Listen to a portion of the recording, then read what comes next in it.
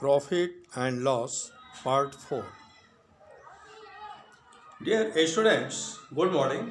तो लाभ और हानि पर अगला प्रश्न है, एक वस्तु जिसके क्रय मूल्य और विक्रय मूल्य में 3:4 का अनुपात है तो लाभ प्रतिशत बताइए। क्रय मूल्य कॉस्ट प्राइस सीपी, विक्रय मूल्य सेलिंग प्राइस एसपी, और इसमें अनुपात दे रहा है 3:4, 3/4। तो फिर लाभ प्रतिशत क्या होगा? तो यहाँ देखिए सीपी 3 है, अगर 3 रुपये में कोई चीज़ हम खरीद रहे हैं, एसपी 4 है और 4 रुपये में हम बेच रहे हैं, तो कितना हमको लाभ होगा? 1 रुपये का लाभ होगा। तो लाभ प्रतिशत क्या होगा? लाभ प्रतिशत 1 × 100 बटा सीपी होता है। सीपी 3 है यहाँ पर, तो इस तरह से हम करेंगे तो 100 में 3 से हम भाग देते हैं तो 33.33% आ जाता है। अब हम देखेंगे कौन सा विकल्प सही है। तो पहला सही नहीं है, दूसरा विकल्प सही है 33.33%। ओके। एक वस्तु के क्रय मूल्य और विक्रय मूल्य में 5:4 का अनुपात है तो हानि प्रतिशत होगा।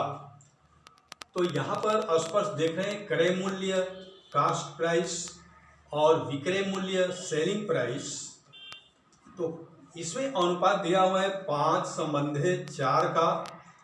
तो यहाँ से हम समझ सकते हैं, जैसे कास्ट प्राइस क्रय मूल्य 5 है और सेलिंग प्राइस विक्रय मूल्य 4 है। 5 रुपये में किसी चीज़ को खरीद कर 5 रुपये में किसी चीज़ को खरीद कर 4 रुपये में हम बेच रहे हैं, तो जाहिर है 1 रुपये का हमको नुकसान होगा। तो यहाँ पर हानि प्रतिशत क्या होगी? तो हानि 1 रुपये हो रही थी, तो 1 × 100 और बटा सीपी होता है 5, इसको कटा देंगे हम, 20 हो जाएगा, यानी कि 20% की यहाँ पर हानि हो रही है। अब हम देखेंगे कौन सा विकल्प सही है। तो विकल्प फर्स्ट सही है, 20%। नेक्स्ट क्वेश्चन, एक वस्तु का क्रय मूल्य विक्रय मूल्य का 4/7 गुना है तो लाभ या हानि प्रतिशत होगी। तो यहाँ पर आप देख रहे हैं कि जो क्रय मूल्य है वह विक्रय मूल्य का 4/7 है। तो हम मान लें मूल्य यानी कि कास्ट प्राइस विक्रय मूल्य का 4/7 है। विक्रय मूल्य का 4/7 है, यानी कि विक्रय मूल्य को अगर हम 1 मान लें तो ये क्रय मूल्य हो जाएगा 4/7, अर्थात ये हो जाएगा 4/7। तो अगर कास्ट प्राइस 4 है, क्रय मूल्य 4 है, तो सेलिंग प्राइस यहाँ पर 7 हो रहा है। ओके, तो यहाँ पर लाभ होगा 3 रुपये का लाभ यहाँ पर हो रहा है।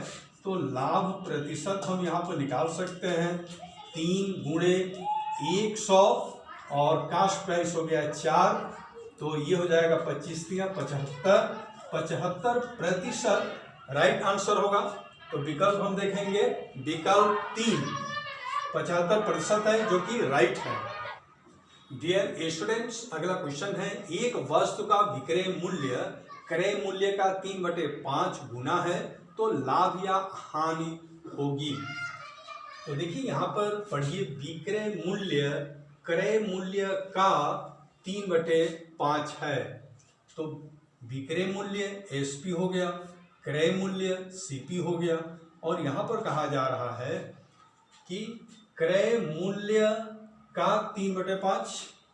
तो क्रय मूल्य को अगर हम 1 मान लेते हैं तो 1 का 3/5 सेलिंग प्राइस है, यानी कि विक्रय मूल्य है। तो इसको अगर हम सॉल्व करते हैं तो 3/5 हो जाता है, यानी कि एसपी 3 है और सीपी 5 है। अर्थात 5 रुपये में अगर किसी चीज़ को क्रय किया जाता है और उसे 3 रुपये में बेचा जाता है, तो जाहिर है 2 रुपये की हानि होगी।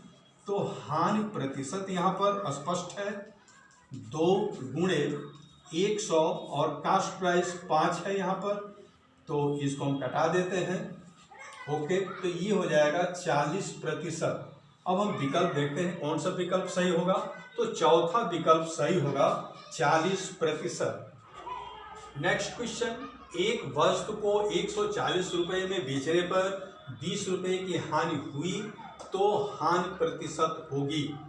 तो एक वस्तु है 140 रुपये में बेचने पर, यानी कि सेलिंग प्राइस 140 है, हानि हो रहा है 20 रुपये का, तो निश्चित रूप से इसको खरीदा गया है अधिक में, यानी कि 160 में खरीदा गया है। तो 140 रुपये में हम बेच रहे हैं तो 20 रुपये की हानि हुई है। इसका मतलब हुआ कि उसको 160 रुपये में खरीदा गया है। तो आपको बतलाना है कि इसमें हानि प्रतिशत क्या होगी, कौन सा विकल्प इसमें सही होगा। तो यहाँ पर हानि प्रतिशत हमको निकालना है। हानि प्रतिशत, हानि हुई है 20 रुपये की 100, और यहाँ हम देखेंगे कास्ट प्राइस क्या है, 160 है, 160 कास्ट प्राइस हो गया, ठीक है। तो ये 8 हो जाएगा। फिर इसको हम कटाएंगे 4 से तो 2 होगा, ये 25 होगा, 25 में 2 से भाग दे देंगे, 12.5 होगा। यहाँ पर राइट आंसर देखेंगे क्या होगा, तो पहला विकल्प सही है, 12.5% की हानि होगी।